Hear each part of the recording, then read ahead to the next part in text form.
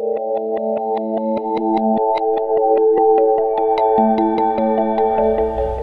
they're doing the survey to determine how many burials are here, try to anyway.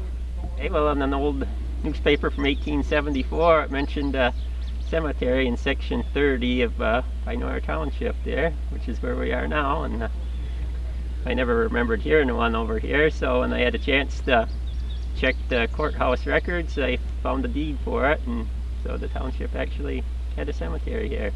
We were invited to a township meeting in September, October of last year, where this was going to be discussed. We got to say our 2 words, and everybody else got an opportunity to talk too. And then the next day, Sid said, "Would you like to go see it?" So Margaret and I and Sid and his brother came over and showed us where he thought it was, where it is, and he also took us to where he thought probably the homestead was, up in the woods. Okay, well, he's running this equipment over here. It kind of works as a sonar, and it's a glorified fish finder, more or less. It runs off radio waves, and it's got a couple antennas that shoot an image into the ground and reflects that image back up and puts it on a recorder. And it doesn't really tell you take pictures. It just tells you that there's something down there. The anomaly is it's a hyperbola. It's like an upside down smiley face.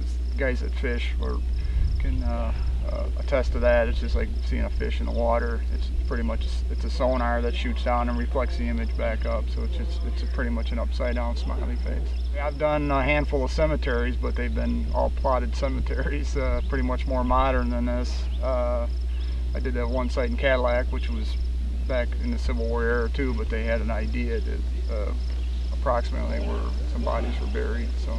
But as far as rustic as this, no, this is my first time here. I think I'm pretty confident those are bodies, and I'm betting they're buried in pine boxes. The flags line up, that's telling me it's a casket or a box in there, because I'm getting the images, and then I go beyond that and I don't get an image. I go beyond it on this side and I don't get an image. So it's not. That's telling me that there's something significant down there. It wouldn't just be a big tree root. That's why I'm confident there's bodies in here. I think they'll probably just maybe try to fence this area off anyway. The all-terrain vehicles, motorcycles and stuff have been kind of tearing things up for a number of years. And I volunteered that our family would, if we found a site, we would mark the graves that happen to be here with an appropriate memorial. And then maybe a sign that you were talking about Township, that would describe what was here.